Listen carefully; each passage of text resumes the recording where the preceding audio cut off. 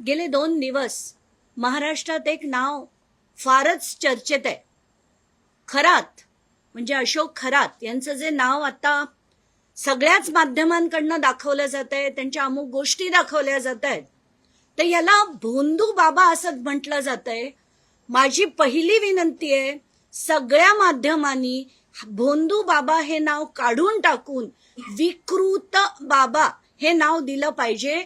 कारण भोंदू बाबा कोणाला म्हणू आपण, की ज्यांनी बाबा कोणा लोकांना पैशासाठी बनवलंय, त्यांच्या पैशा खाऊन त्यांचा गैरफायदा घेतला, अशा माणसाला भोंदू बाबा म्हणणं योग्य आहे.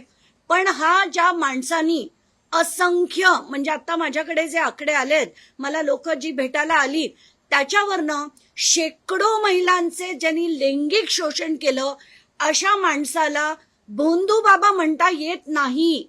याला महाराष्ट्राचा एप्स्टीन किंवा विकृत बाबा असंच म्हटलं गेलं पाहिजे.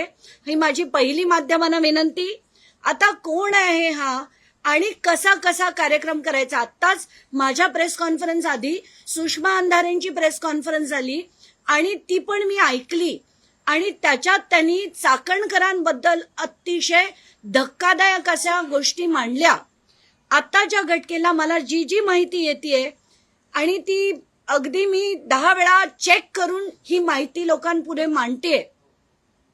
हे खरात एक प्रकारचं ओशनो जल बनवायचे. तर हे ओशनो जल काय आहे?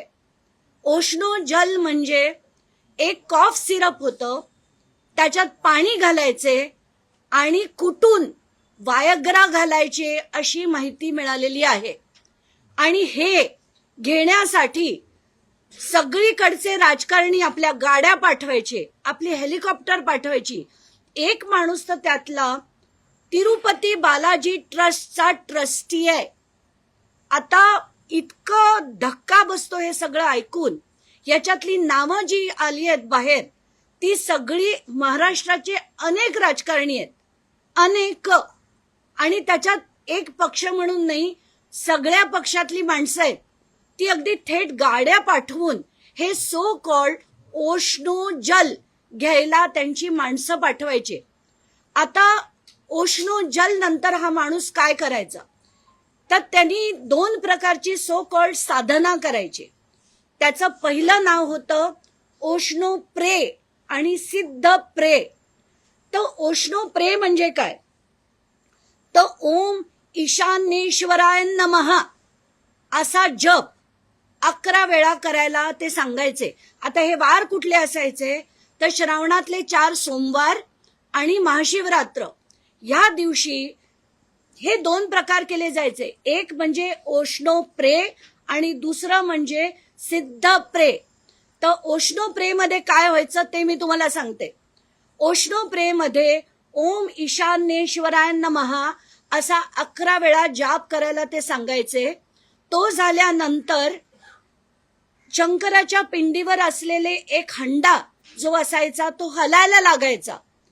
आणि हलायला लागल्यानंतर जे प्रश्न विचारले जायचे आणि जिथे तो प्रश्न, आता समजा कोणाला मूल होत नसेल तर ते कधीपर्यंत होईल, म्हणजे पहिल्या महिन्यात कन्सीव्ह होईल की 6 महिन्यांनी होईल का 1 वर्षांनी होईल, असा प्रश्न विचारल्यावर तो हंडा थांबला की ते त्या प्रश्नाचं उत्तर असायचं.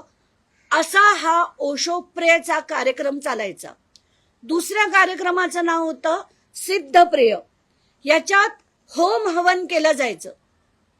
होम हवन करताना कोणाला सापाचा आवाज यायचा, तर कोणाला काही आकार दिसायचे, तर कोणी आकृत्या त्या बघून भारावून जायचं. आणि असं करून लोकांच्या बुद्धीवर ते असा एक प्रकारचं हिप्नॉसिस केल्यासारखं करायचे.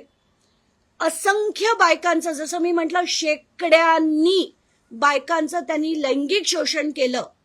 त्यात जे श्रीमंत यायचे त्यांना हे ओशनो जल देऊन त्यांच्याकडनं पैसे उकळायचे. बाकीच्या श्रीमंत लोकांना अमुक ऍडवाइस देऊन त्यांच्याकडनं पैसे घ्यायचे. पण मध्यमवर्गीय आणि गरिबांच्या बायकांचं सरळ सरळ लैंगिक शोषण हे एकदा नाही, त्यांनी असंख्य वेळा केलंय. मी हे आज मुद्दाम लिहून का घेतलंय? कारण इतक्या गोष्टी आहेत, त्याच्यातली कुठलीही गोष्ट राहायला नको. म्हणून आज पहिल्यांदाच तुम्ही बघत असाल की मी हे सगळं लिहून घेतलंय.